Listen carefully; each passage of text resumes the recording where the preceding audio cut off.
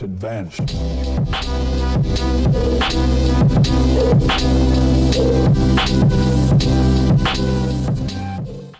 Welcome to Coffee at the Dark, an elevated experience. This is our 5th installment.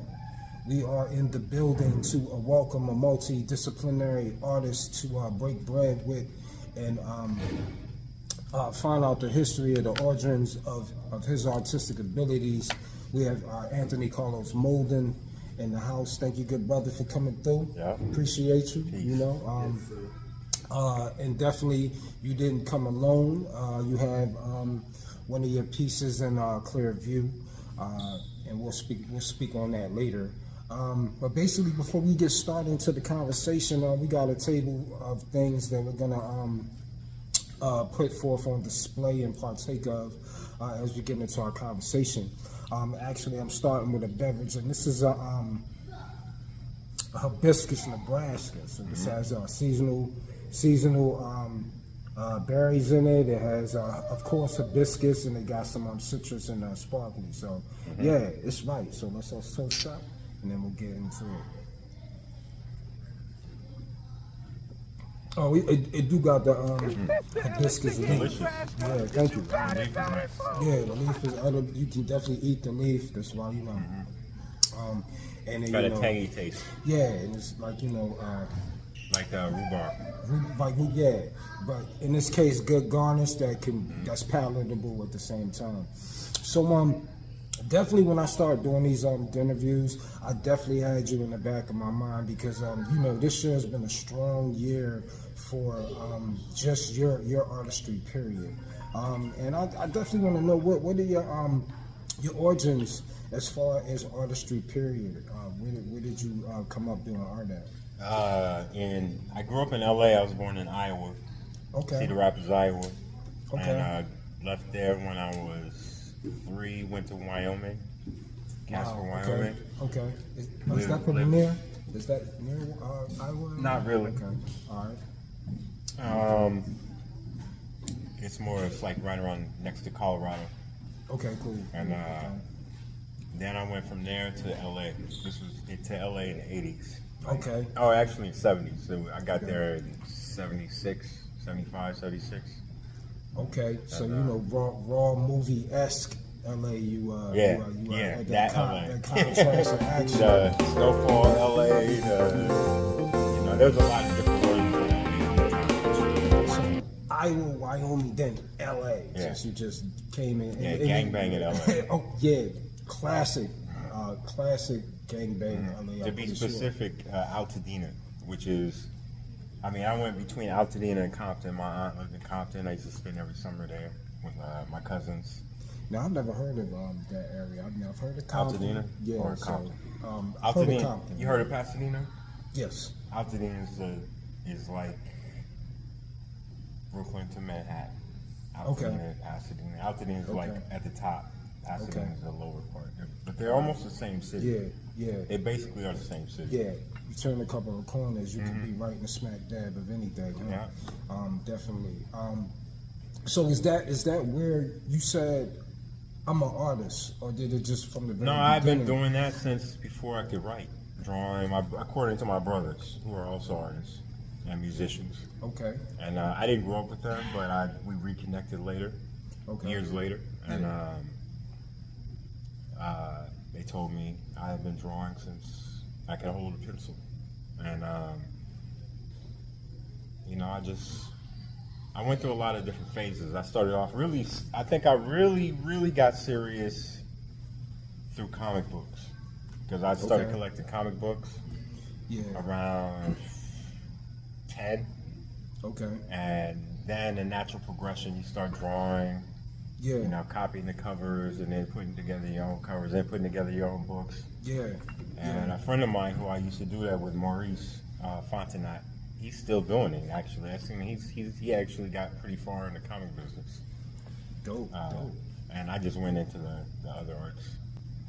Yeah, I mean, you know, I definitely have a early fondness for comic book collecting too, and I definitely can relate because Philly has a couple of dope comic book events that they have every year, the Comic Con and the Black Comic Book Convention, real dope events. But you know, So it started in comics, but you know, as a multidisciplinary artist, when did you say I'm creating things like that? Like, how did these? You know, you have a and we're gonna split screen in this episode. One of my favorite pieces that you have is the Lighthouse Goddess. Man, if we could say the term otherworldly on sight, that's exactly how it grabs you. But it's basically a feel good sculpture as well. And it stood right in the heart of Germantown, Philadelphia, for a good portion of 2023. So how did you come from, you know, you were creating before you had a pen in your hand or a pencil, to creating comics, to creating things such as like the Lighthouse Goddess and this piece? You know, I partially from years of being in it, of being in art, and just challenging yourself by doing things that you wouldn't ordinarily do. Like I do that regularly. If I get too comfortable, I changed my whole color palette one time and used all like Pepto-Bismol color, lavenders, weird colors that I don't use, that I was turned off by, and then learn to love them in the process of using them. Right. And then when you come out of that, you're just stronger. Your whole right. And then if you do that regularly, you know, like I grew up with all that change. I was telling you, all that moving around, change became my way of life. Like, not just in the moving, but it seemed like I was never really allowed to get in too much of a comfort zone by life. Absolutely. And at first, that's something you resent. But if you could turn it around and be like, okay, you know, this is because what you realize is people are bored, you know. Right. And because of having to face my life through that lens of, if I get comfortable, something changes or something happens, and I have to adjust constantly. It keeps your life fresh, because then you're doing that. I do that with foods. I was a chef for 23 years. Man, you know, you was a chef for 23 years. See, I knew I was breaking bread with a like-minded energy beyond just being artists in different realms. We are also kind of aligned in the culinary realm. You got 23 years. I know you create you can create some meals. Yeah. And you know, it's like, but change, you know, just being used to change helps you experiment. It leads to you, you know, steadily experimenting throughout your life, and you know, never really settling for, okay, I'm 50 something, now I'm supposed to be doing this, or I'm this age. I never did that. I'm not sure what age I feel like at this age. I'll be 55 this month, actually. Man, that's extra dope. See, it's like being in like the new old era. It's just like we breaking barriers of what the system says is being old and growing old, or like you said, staying in the same routines in the same pockets of time, and being comfortable being uncomfortable. And we grew up at a nexus of time where we're connected to the old period. We're even connected to the slavery times more than any period that's going to come after us. You know, we're connected to that time. We're connected to the 1800s, 1900s. There's things from those eras that we all still identify with, and we watch shows. You know, they were just around us. And then so we've lived through all the way into this Blade Runner future. And we're kind of like, I told Ursula, I said our generation, it's not like it's a verbally spoken, but I'm like, there's this thing, I call it second life. No matter what you was doing, you might have settled into an Archie Bunker lifestyle completely. But then one day you just get up and say, hey, I used to be an almost pro skateboarder. Let me go start doing that again. You see it on TikTok and on the internet. People, you know, of every age let's speak on our generation. a lot of us are starting to reinvigorate. If we used to rhyme, we're starting to do that again. If we used to skate, we're doing that. If we used to, paint, a lot of us are starting to pick that. I never stopped, but I told Ursula, I just said it's part of who we are. I'm like, we're kind of like the Rangers of the generations. Like, they just kind of dropped us off in the woods and said, make it back home and don't die. And we did, not just one, but most of us did. Yes. It was just known that you was going to survive out in these streets. Yes. And not that it was all like, savagery and stuff, but just every kid from across the board of our generation, white, black, or other, we all kind of live that lifestyle, a version of that lifestyle. Right. So now it just comes into play again. Right. Because we have so many tools, Absolutely. And that's what allowed me to get from the comics to, this. Yeah. Those tools.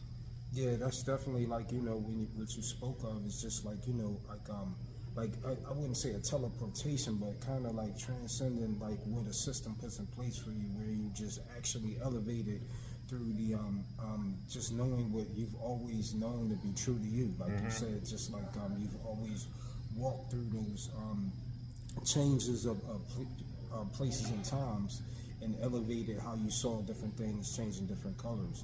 And I think, like you said, this is a time a lot of people are tapping into things that, might have, you would call it maybe inner child things that were your first loves, your first gifts. And these things, some people have never got to expound on them, like how you've just elevated your artistry to things such as this. These are like one of ones, like, you can't find these nowhere else in the world. They're right here in Germantown, so it's just that non-conformity that keeps us elevating to the next level. So I want to talk about how far it has taken you, like now that you have elevated your levels of artistry, like you've actually been exhibited in the Philadelphia International Airport. How did that come about? They just called me up. Leah Douglas, who runs that the Department of Installing Art in the airport. She just called me up out of the blue one day and asked me if I wanted to do a show there. She had seen my work online, I guess. Wow. But I was doing a lot of stuff, just putting pieces around the city, putting pieces out there in the street. If I didn't have a show, I just put them out. And then, of course, live painting. I do a lot of live painting with bands, especially Ursula Rucker. Yeah. And but I do, it's like, I don't know why I keep getting live painting gigs. I mean, now I know because I'm good at it, but but other than that, they just keep coming, and and I love live painting. That's the peak. That's the peak of the life I lived, of the constant change. Allows me to live paint. Because I could say when I first started, it was terrifying in a way, but then another part of me was always at ease with it. I don't know why, just because I've just been painting most of my life.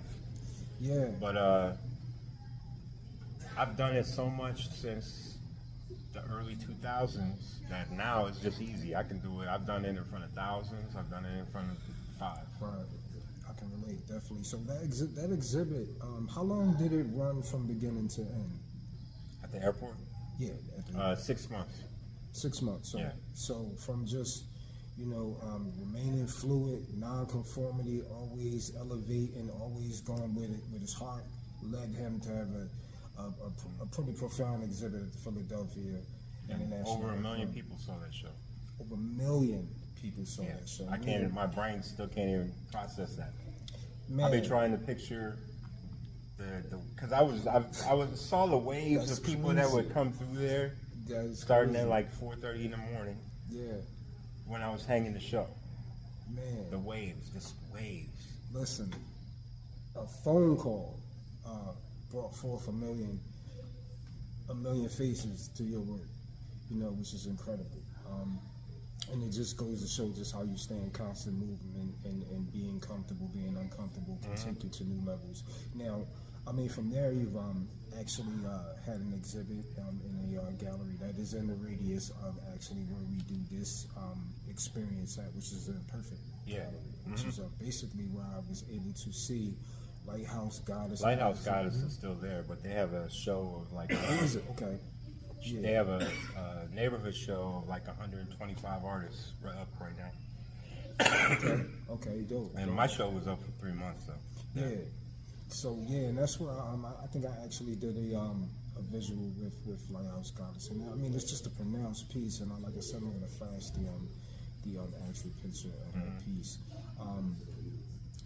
so this one actually that we had before us is unnamed. This is like one of one, in your face. It has not been named yet.